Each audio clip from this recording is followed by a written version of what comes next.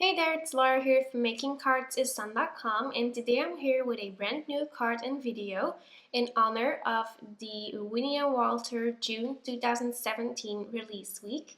Today is number 4 and we are featuring this really adorable stamp set called Happy Dance with Evelin T Designs. I'll be using it to create a really cute and colorful watercolored birthday card, so let's get started.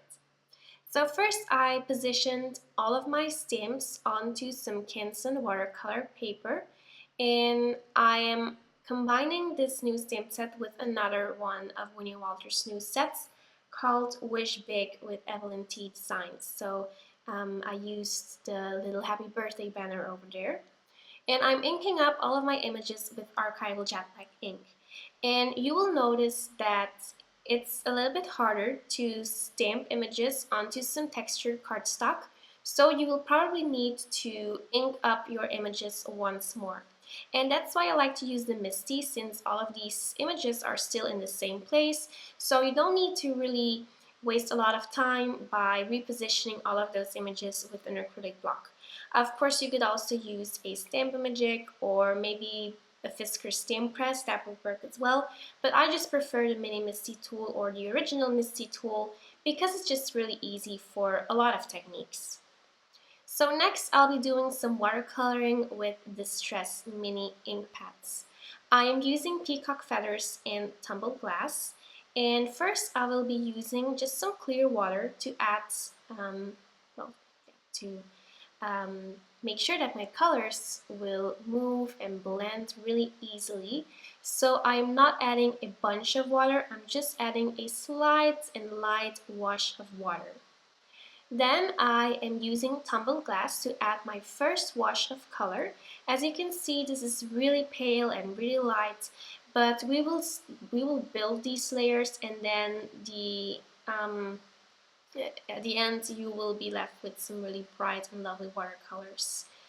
So I'm also adding a darker tone of blue called Peacock Feathers. This is probably my favorite distress ink pad out there. I just love that color.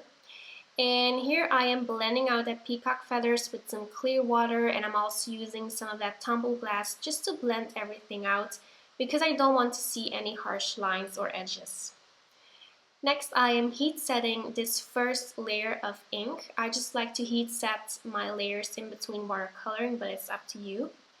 And then I am just adding my second layer of color. And as you can see, this is a lot brighter than the first wash of color. So that's why I like to build up these layers. So next, I just wanted to add a pop of green or mint, since that was just a little bit too blue. So I wanted to add a little bit of contrast. So I'm doing that with cracked pistachio, and I'm blending that out with a lot of water, since I want that just to be really subtle, and I just really love how pretty that color is. I'm also spraying some water in my hand, and then I am flicking little splatters of water, and then I heat set that, and then it's time to color these images. So I'm coloring all of my images with the Zig Clean Color Real Brush markers, and my technique is fairly easy. I just lay down some color first. This one was the Carmine red, and then I blend that out with my Pentel Aquash brush. So as you can see, I blend out the color first, then I just stop and clean my brush, and then I'm blending the last part of that little banner. So as you can see, I blend out the marker first, clean my brush, and then I just work my way up to the top. Sometimes I had to go back in with my marker because I didn't get enough shading.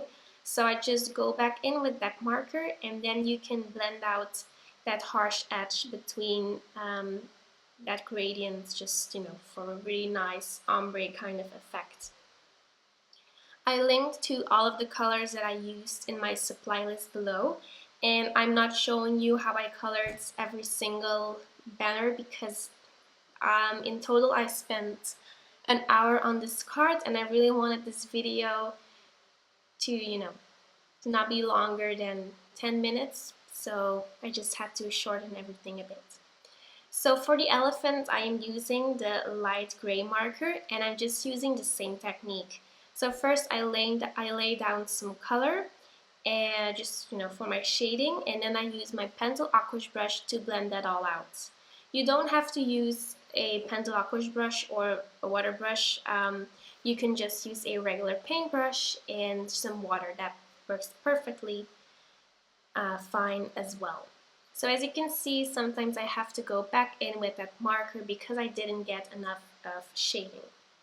And for the bear, I am using this light brown color. This is called mid brown, and I just really love how that blended because it looks like I maybe used even 3 colors to do that blending while I just used 1 marker. So that is why I love coloring with these Zig markers. I think it's a great alternative for Copic markers. Well, the look of coloring with Copic markers is totally different compared to these markers. But I just love how easy it is, and it's also a little bit more forgiving than the Copic markers since you can always just add water to tone everything down. And you also don't need a lot of markers to get some shading because as you can see I only used 1 marker and I just really loved how much shading I had with these markers. So overall I really recommend them, and I think that I'll be using them even more in the future because I just love them so much.